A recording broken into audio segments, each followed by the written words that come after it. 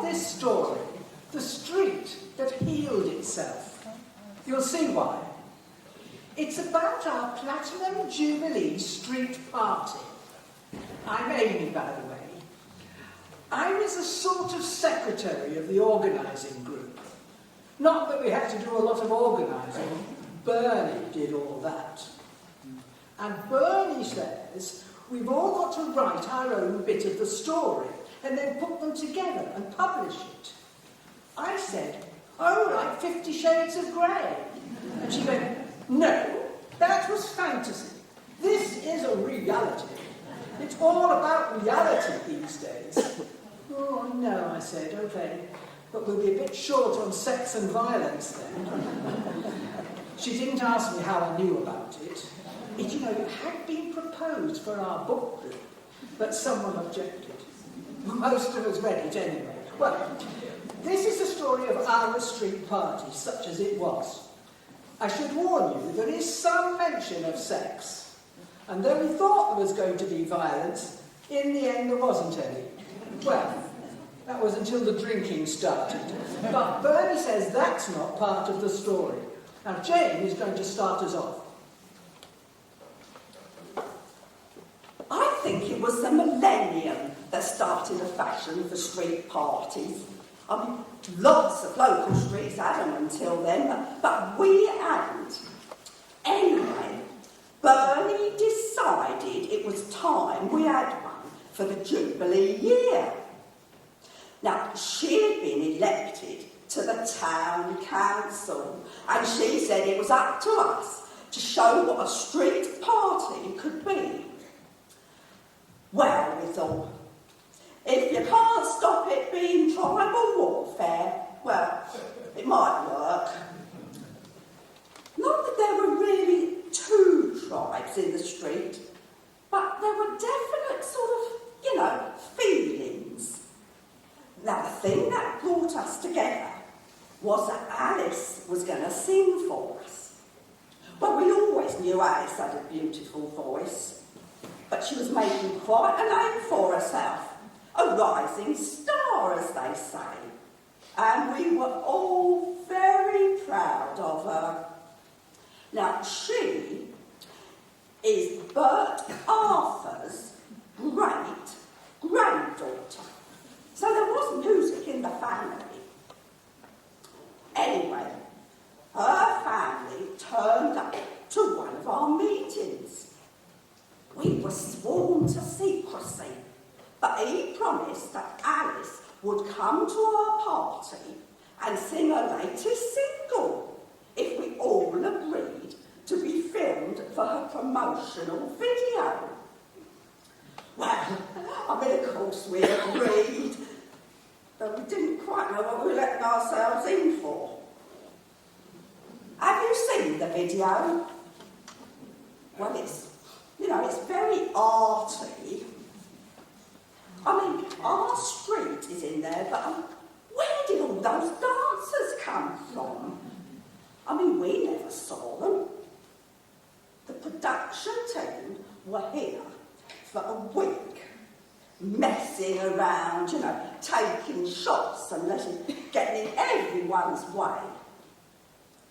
We did try to keep it quiet, but by the time we got to the big finale and Alice had sung her song, the street was in danger of being swamped.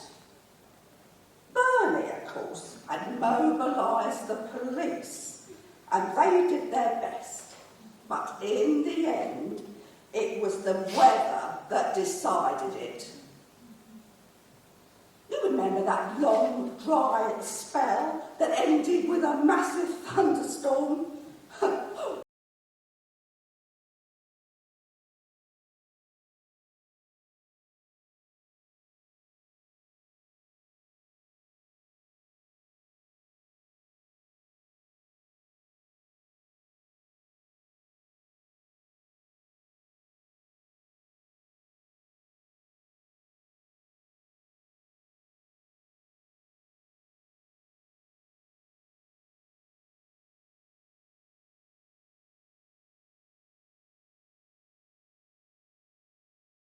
Some people had made, but, bit worse for wear.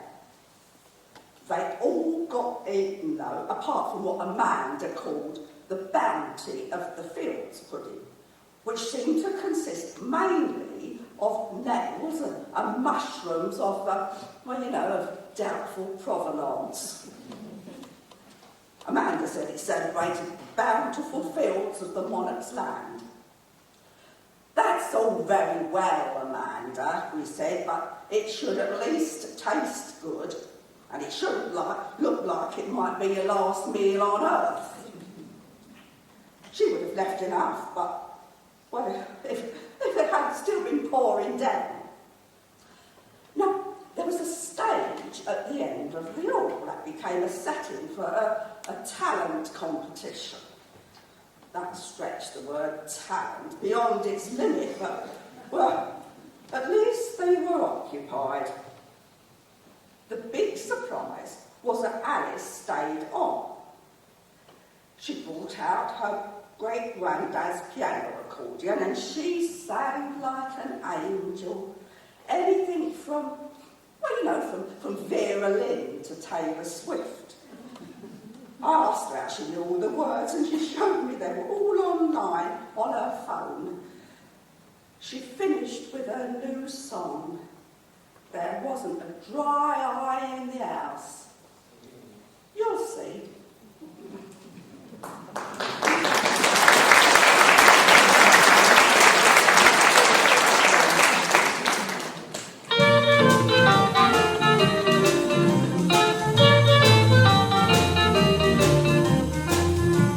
My baby don't care for shows. My baby don't care for clothes. My baby just cares for me.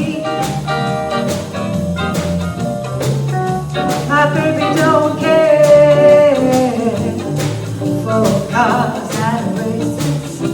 My baby don't care for. He don't care for high-tone places. His tail is not his style, and even on a tennis smile, something he can see, there's something he can see. I wonder what's wrong with baby. My baby just cares for me.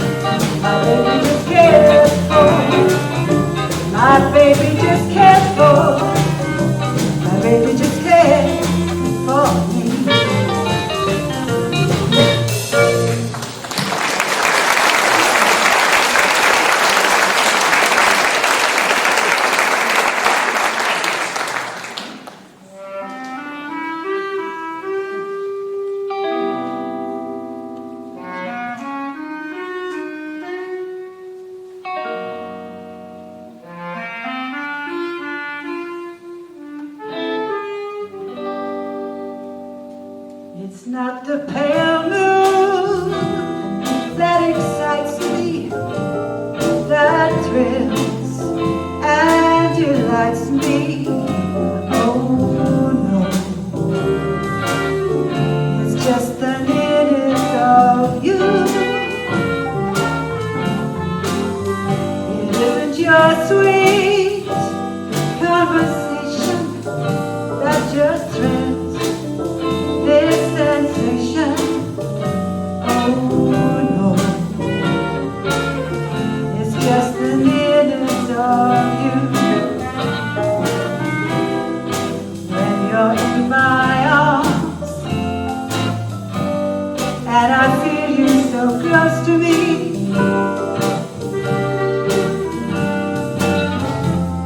all my wildest dreams come true. I need no softness to enchant me. If you would only grant me the right to hold you ever so tight, and to feel in the night the nearness of you. When you're in my arms and I feel you so close to me,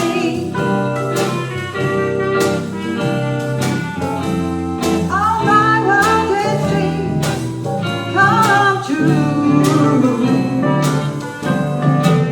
I need no sunlight to enchant me. If you would only grant me right to hold you ever so tight, and to feel in the night the nearness of you.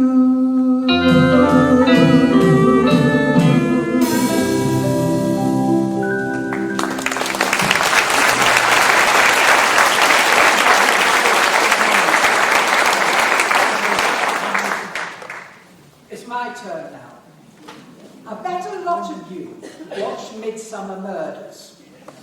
I bet some of you are like me, and then when you want to switch off, you switch on the telly, and there'll be a repeat of it somewhere. The big advantage I find is that they're all so forgettable. You might remember the actual murder, but you can watch the rest in blessed ignorance of the plot. It's very relaxing. You know, I like John Nettles best, until he got so fed up with it he basically stopped acting. But back to the story. But what does happen? You start noticing things. For example, I think they have a sort of dress-setting kit. You know, the sort of things they use to make the houses look different. Not props as such, but vases and crockery and things like that. But I only notice this because the same mugs appear in more than one episode. Oh, we've got some exactly like that at home. So there you are, drinking your tea at home, ready to doze off, and there's a mug just the same on the telly. That's really about as exciting as Midsummer Murder gets. But I'm only telling you this because I think it's the same with cars. Only you can't prove it the way I can with mugs. My favourite car is the Morris Traveller. Do you remember it? You know, the Morris 1000 with wood-framed back end, with the doors that open like that, and a seat that folds down. Well, it was one of those that ended up in the starring role in our party. You see, Jimmy Mason had come home one day with this second-hand Morris Traveller. He had a pickup truck for his building business, but this was for pleasure. And I say pleasure advisedly. He spent hours on that car, checking the mechanics, getting it resprayed till it looked brand new. And the other thing that Jimmy had was a wife. Well, I know there's nothing surprising in that, but she was a really stunning blonde, and she was called Katrina. Turns out she was German, I mean, you can imagine how that got the tongues wagging.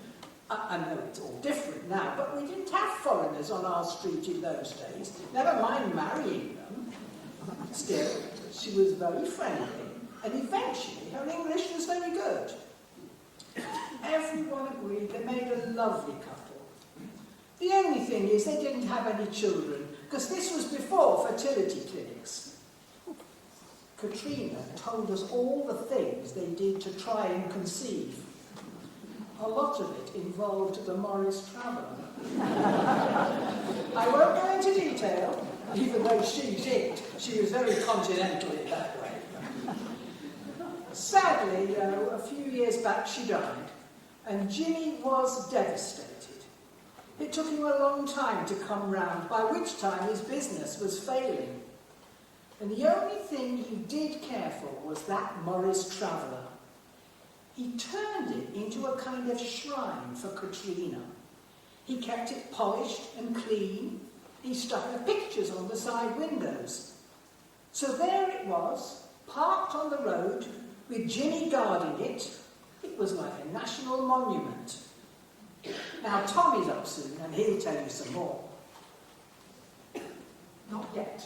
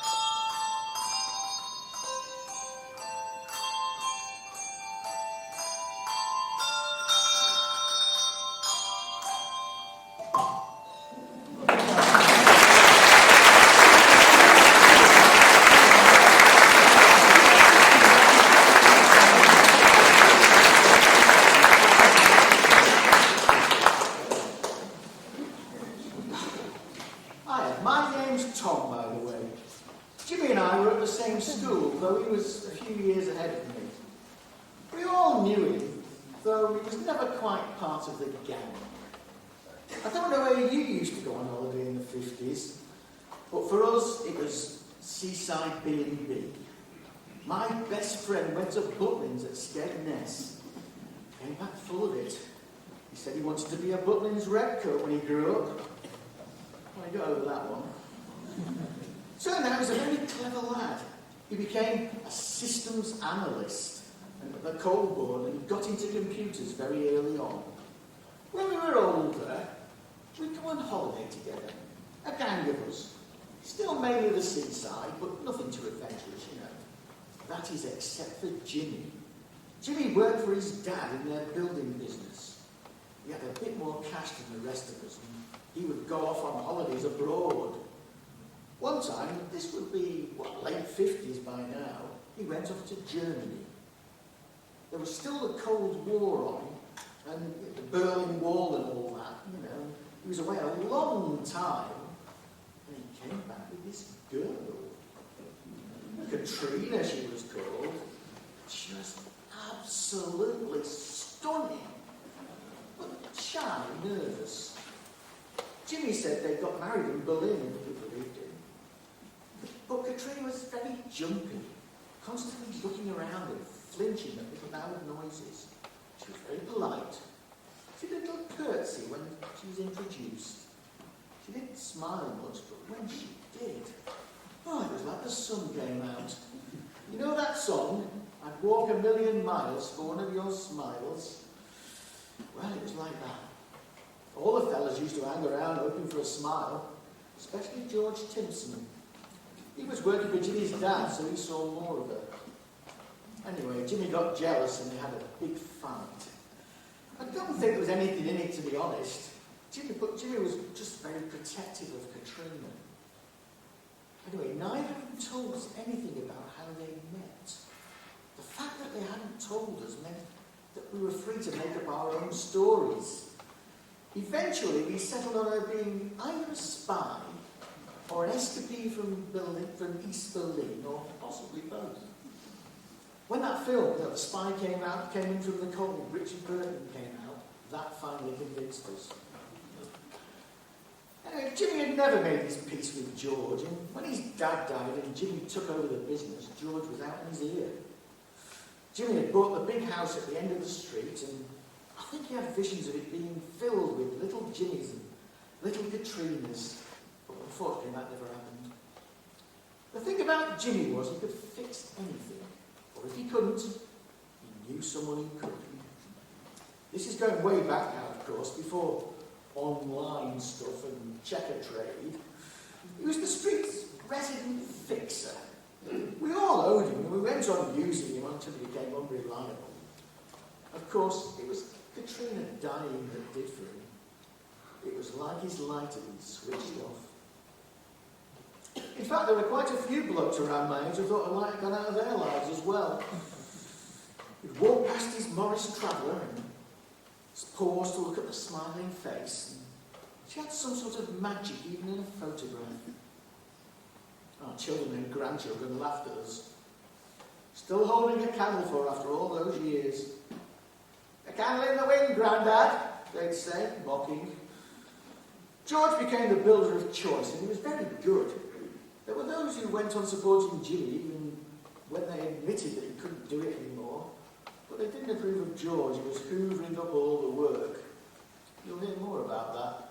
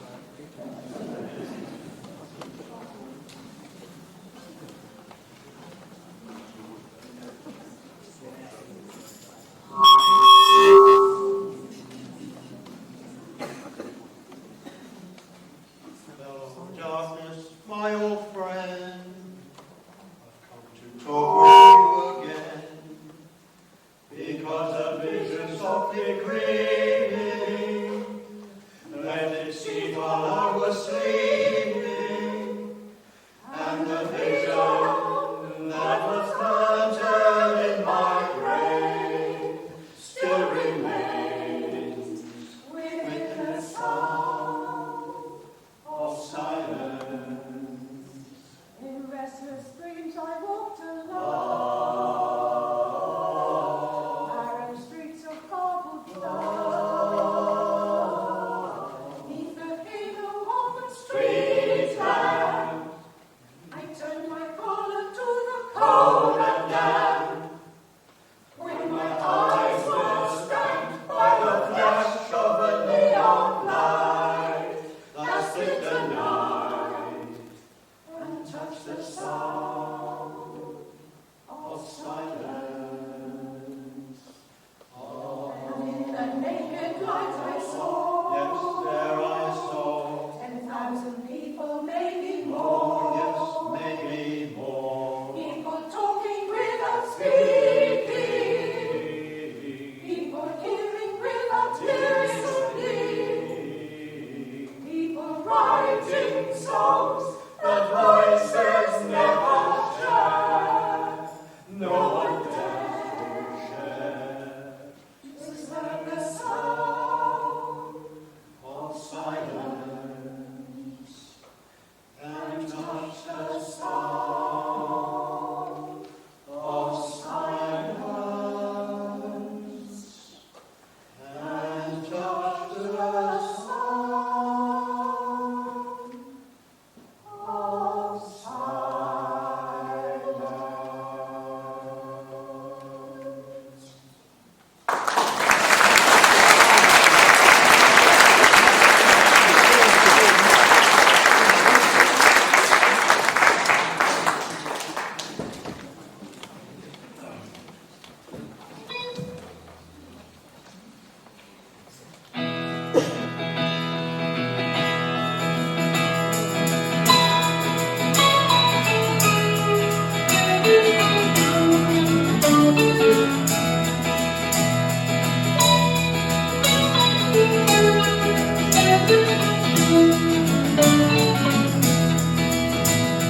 I once had a girl, or should I say, she once had me.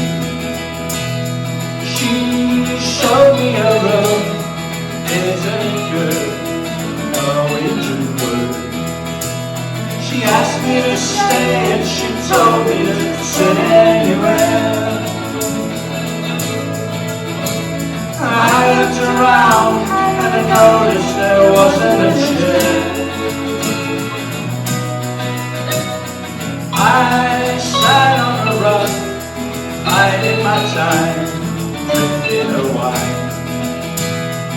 We talked until 2, and then she said, it's time for bed.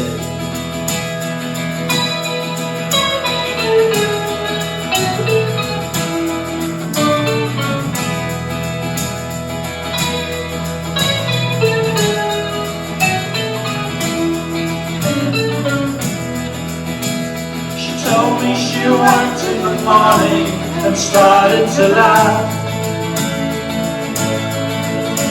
I told her I did and crawled off to sleep in the bath. And when I awoke, I was alone, whispered of love. So why the fire, isn't it good?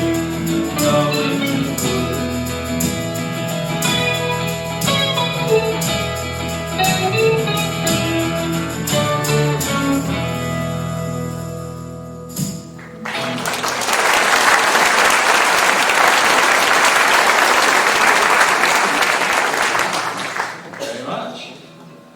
So briefly while I read you in here, I'm sure you all recognise that as a Beatles song from the mid-60s, yes? Norwegian Wood. Story of, mainly written by John Lennon, an evening of hanky-panky. He almost had. And around that time, in the mid-60s, 64, 65, I guess it would have been, there was a young chap in America making a bit of a name for himself. Robert Zimmerman. Does that ring any bells? Yeah, Bob Dylan, obviously. Now, I'm not a great fan of Bob Dylan's singing, but he was a very handy songwriter. And many of his songs were covered by other bands, and this is actually this arrangement is a cover of a Bob Dylan number which was done by the Birds called Mr. Tambourine Man. Very nice,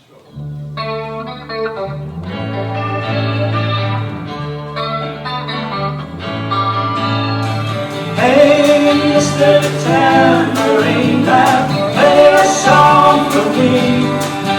I'm not sleepy and there ain't no place I'm going to. Hey, Mr. Tambourine Man, play a song for me. With a jingle jangle morning I'll come following you. Take me on a trip upon your magic swirling ship. My senses have been stripped, my hands can't feel to grip, my toes too numb to step. Wait only for my booties to be wandering. I'm ready to go anywhere, I'm made for to fade into my own parade. Cast your dancing spell my way, I promise to go under it. Hey, Mr. Tambourine Man, play a song for me. I'm not sleepy and there ain't no place I'm going to. Hey, Mr. Tambourine Man, play a song for me. In the jingle jangle morning I'll come following you. Oh, I know the evening's empire has turned to sand, vanished from my hand, left me blindly to stand, but still not free. My weariness amazes me, I'm branded on my feet, I have no one to meet, and the ancient empty streets today are dreaming all together. Hey, Mr. Tambourine Man, play a song for me. I'm not sleepy and there ain't no place I'm going to. Hey, Mr. Tambourine Man, play a song for me. In the jingle jangle morning I'll come following you.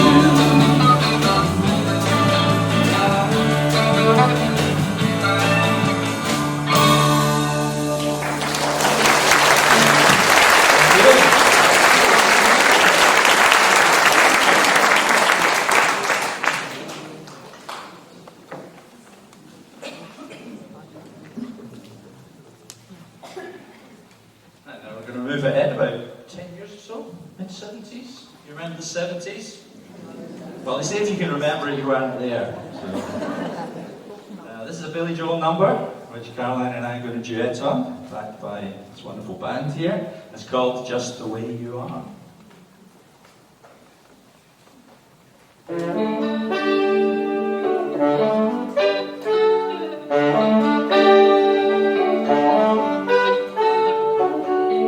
Don't go changing to try and please me. You never let me down before. Do. Don't imagine you're too familiar, and I don't see you anymore. I will not leave you in times of trouble. We never could have come this far. I took the good times, I take the bad times, I take you just the way you are.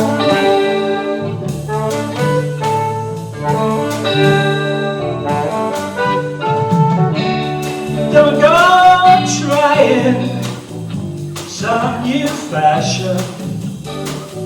Don't change the color of your hair. You always have my unspoken passion. Although I might not seem to care, I don't want clever conversation. I never want to work that hard. I just want someone that I can talk to. I want you just the way you are.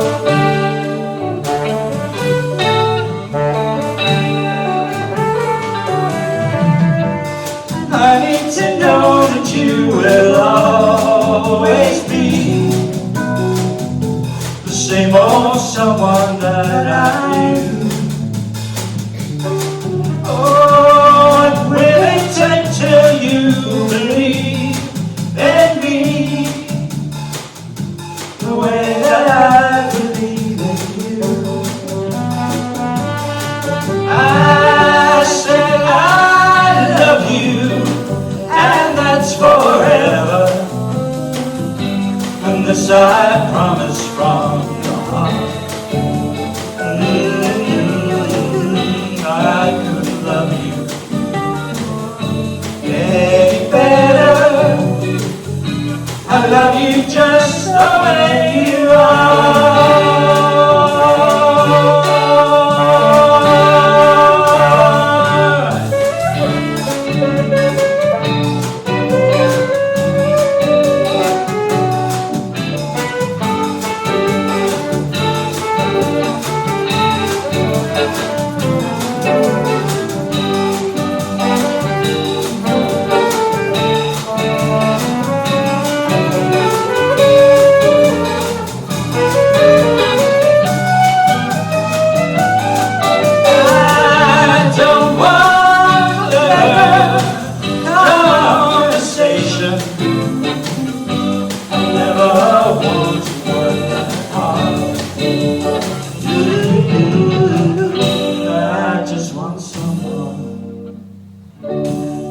I can talk to.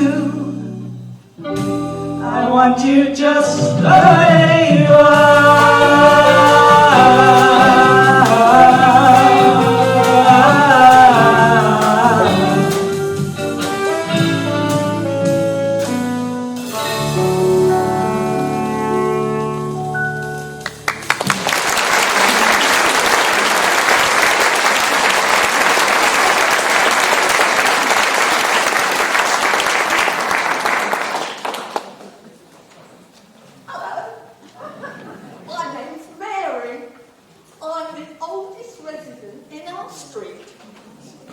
They tried to get me to join in.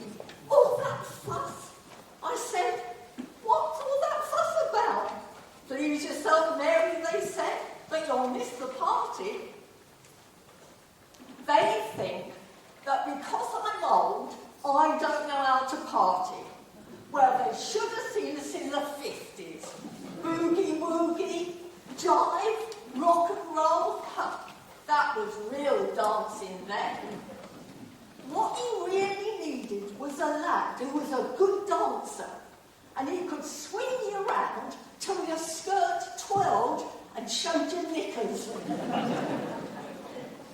Nowadays, I have a problem turning around without getting dizzy. Never mind twirling and showing me knickers. Not that anyone would want to see him, of course. They think they've invented street parties. Well, we had a big street party in 1945 with sandwiches, piles of fish paste triangles, and soggy tomato ones.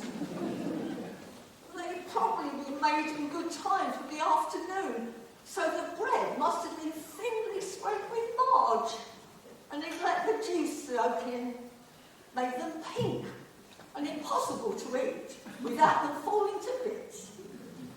We didn't care though. dainty sandwiches were a novelty for most of us. Our street didn't go in for afternoon tea. Somehow, there were cakes. We had to eat the savoury stuff first. Then our mums and our grands brought what they'd made from saved rations of sugar and dried fruit. Bread pudding, cupcakes, none of those overgrown muffins in paper cases you see in the shops.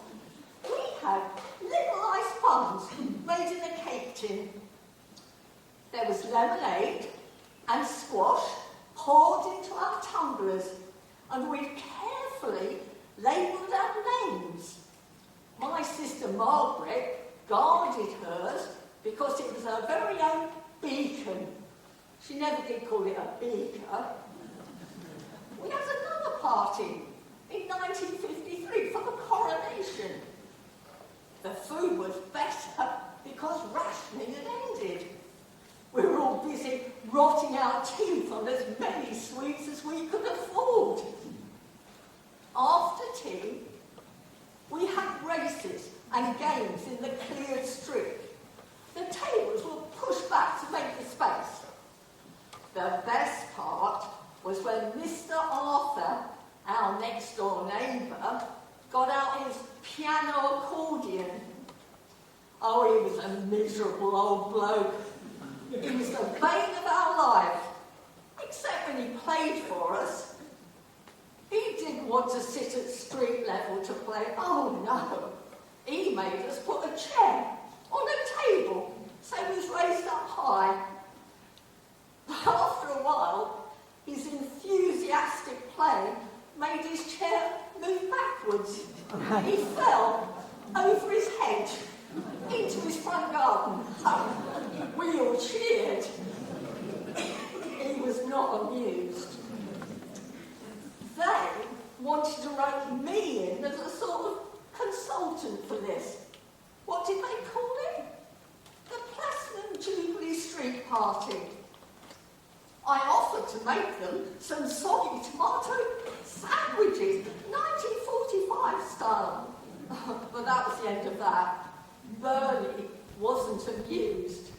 They went for vol-au-vents and meringues and paper plates and serviettes. Mind you, in 1945, we'd have loved to have been given burgers and hot dogs and sausages made from real meat instead of whatever they put in them in those days. I opted to stay indoors and watch from the upstairs window. I have to say, it's quite something. They were messing around for a week, and then they rigged up a builder's pickup truck. And Alice Arthur, who apparently is quite a star, stood on the back, singing a song. And that Morris Traveller that had caused all the trouble was pushed along in front of her. And the people in the street were out cheering and shouting. I must admit, it looked like a lot of fun. I almost regretted not being down there and being part of it. But then I thought, by the time I've got ready and gone down the stairs, they'll be gone. And I was right. Just as they reached the end of the street, great black clouds rolled in, and everyone rushed to St. Sylvester's. I thought, a small sherry and a lie-down. That was all the party I could manage. I didn't hear the rest of the story till later.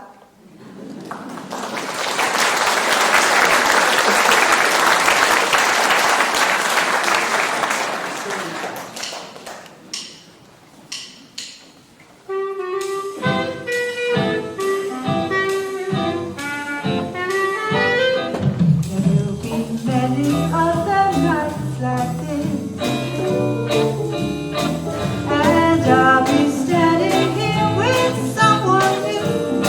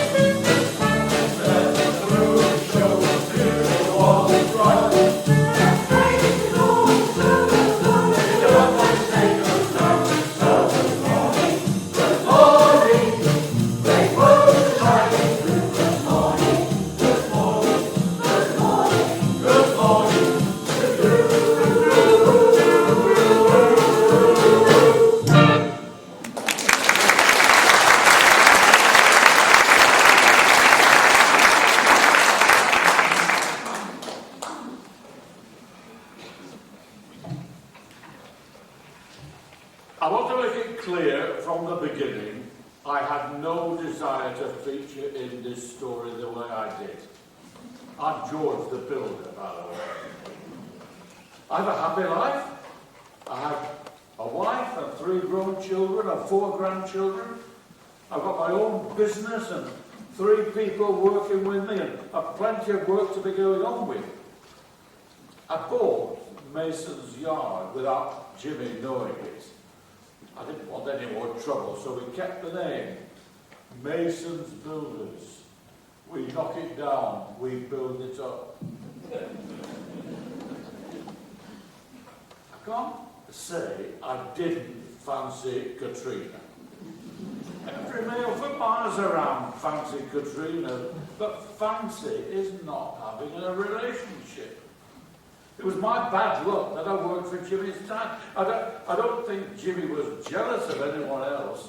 It was just that I saw Katrina more than the other blokes, and she was very friendly. But we kept our distance. It was obvious that nothing was going on, but when Jimmy's dad died, I was out on my ear. In the end, it didn't matter. Katrina died, and Jimmy's business shrank as mine expanded. I know there is bad feeling about it, but business is business. You would have thought people would have forgotten by now, but there is Jimmy and his shrine to the sacred Katrina, always present.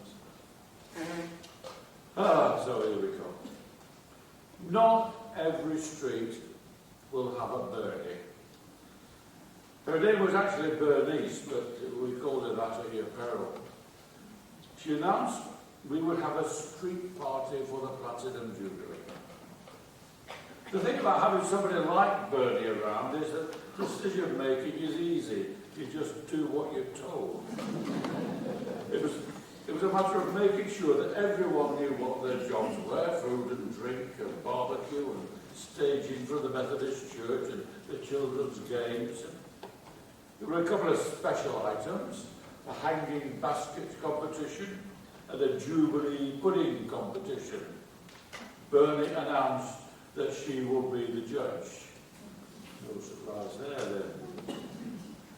Well, to give Bernie a due, she got people working together, and that hadn't happened for a long time. She even got me to attend planning meeting.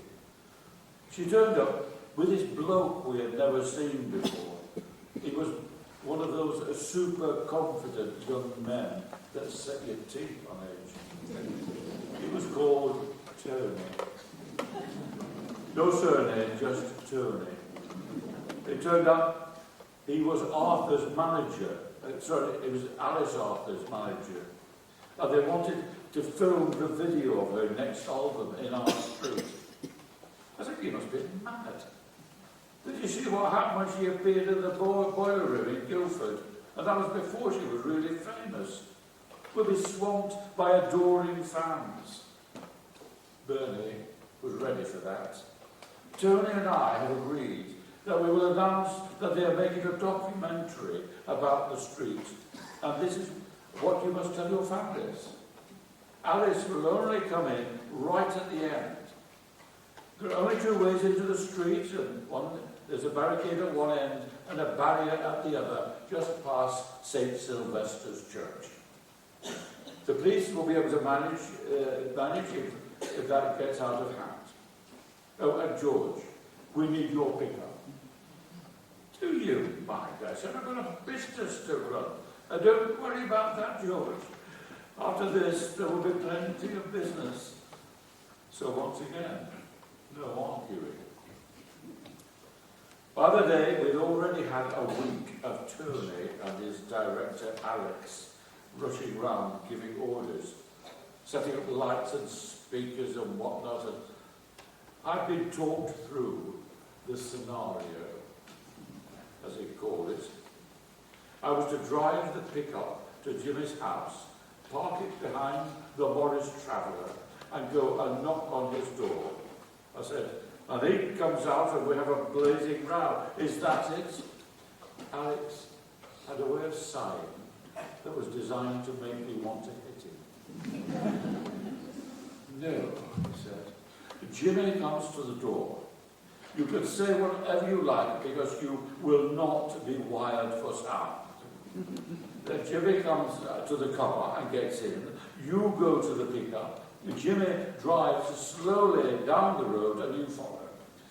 Have you got that, George? Can you do that? He was close to death at that. Well, we were all on the street by now.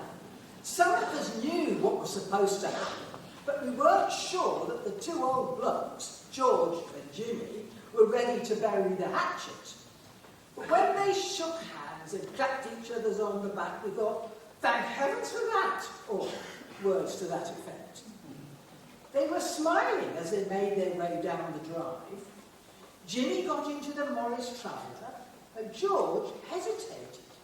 There was someone standing on the back of his pickup, wearing a hard hat and a boiler suit.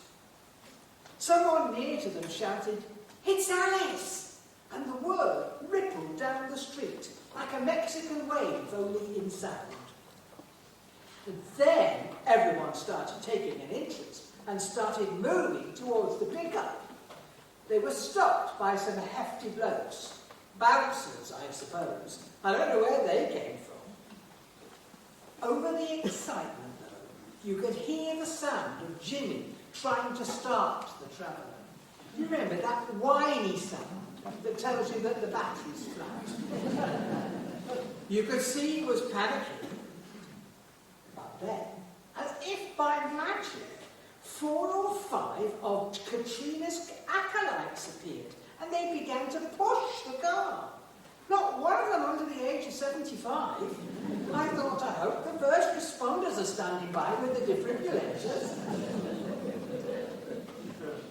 I was nervous. I mean, normally I threw the pickup around without a thought, but now I had a rising star on the back. I thought, if I stopped suddenly, she'd be thrown over the cab. I don't know what their insurance was like, but I didn't think mine was up to it. So we rolled slowly down the street, which had been set for the party. Alice was singing on the back of the truck or miming to the sound from the speakers. Jimmy had his windows down and he was waving like he was royalty, and the whole street was out cheering and shouting. And we reached the church and the first drops of the storm arrived. We all hurried inside and then somehow managed to rescue enough of the street party. It was a bit awkward with Jimmy, but we relaxed and I began to chant. Alice started singing a whole medley of songs. "She's a beautiful girl," Jimmy said. "That's true," I said. "But don't let her daddy hear you say that." Then Alice put down the piano accordion and she began to sing her song. They say that Helen's smile beguiled a Trojan heart, and so the Trojan Empire fell. They say that Cleopatra's smile had led those Romans to her bed. It did not end well, but every lovely smile lead to jealousy and strife.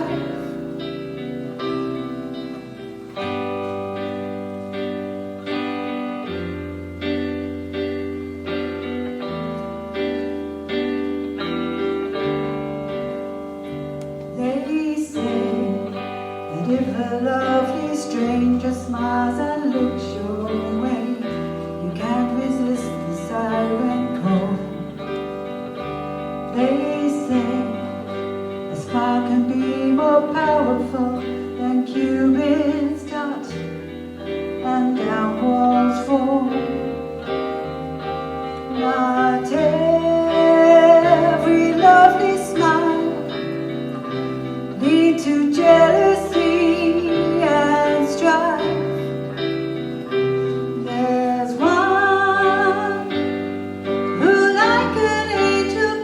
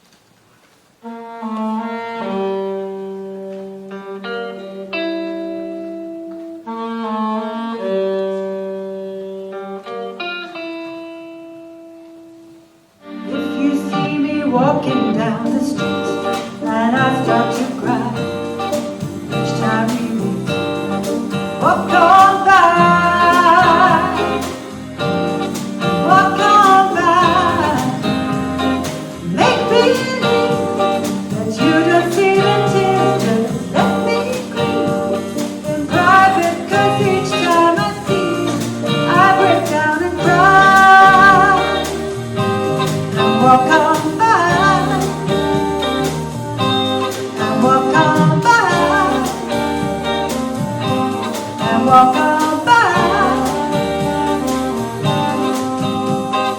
I could get over losing you, so if I see you broken too, walk on by, walk on by. Foolish words, that's all that I have left, so let me hide the tears and the sadness you gave me when you said goodbye. Walk on by, so walk on by, so walk on by.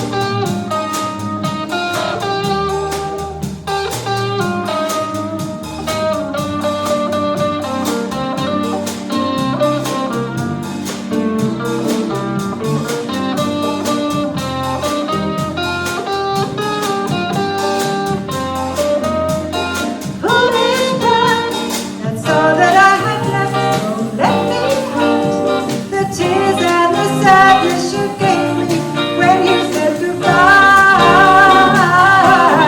Walk on by, so walk on by, so walk on by.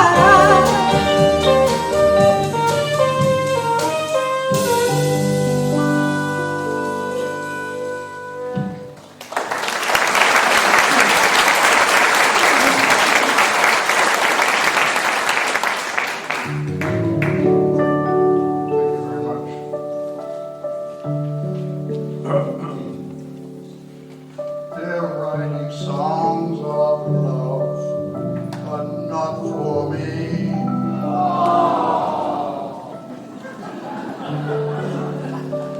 I don't need your pity. Oh, yes, you do. Oh, no, I don't. Oh, yes, you do. If that's the way you feel, I'm not going to sing.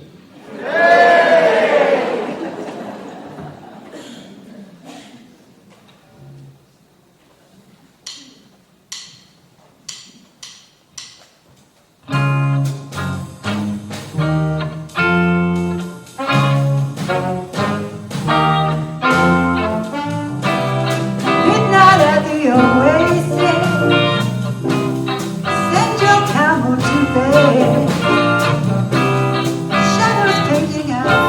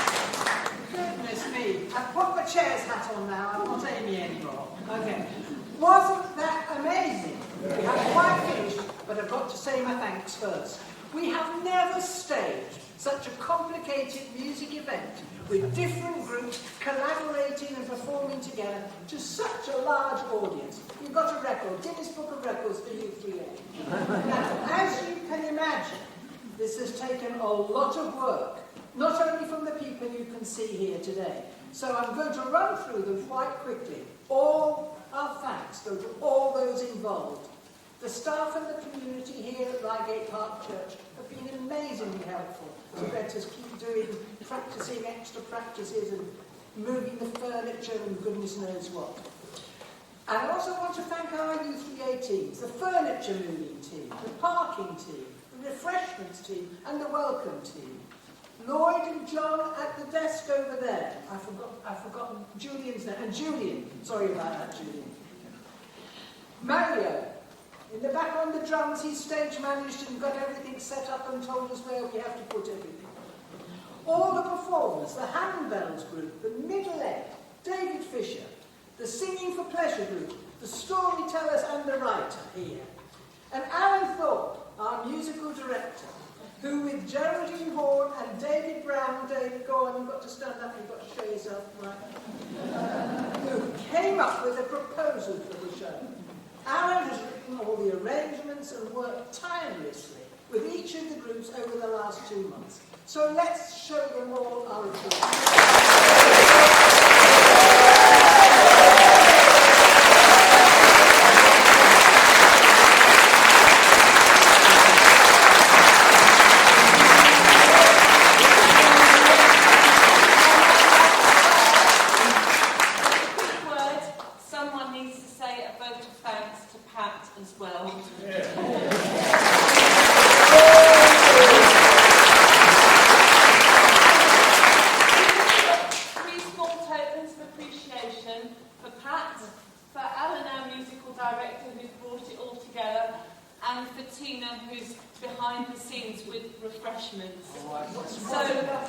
So if Tina is here, there's a bottle of wine here for you. But only when we finish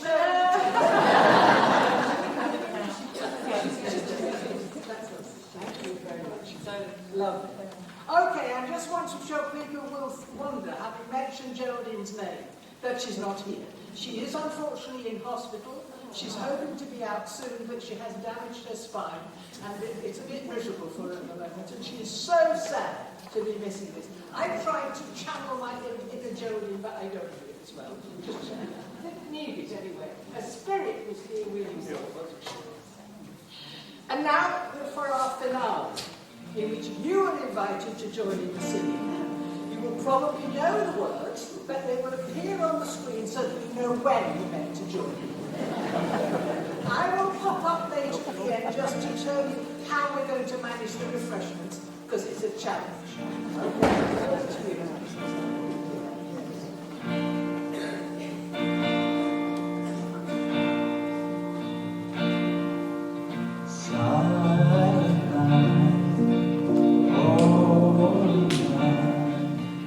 All is calm, all is bright, round your virgin mother child, holy infant, so tender and mild, sleep in heavenly peace, sleep in heavenly peace. All together now, let's see you.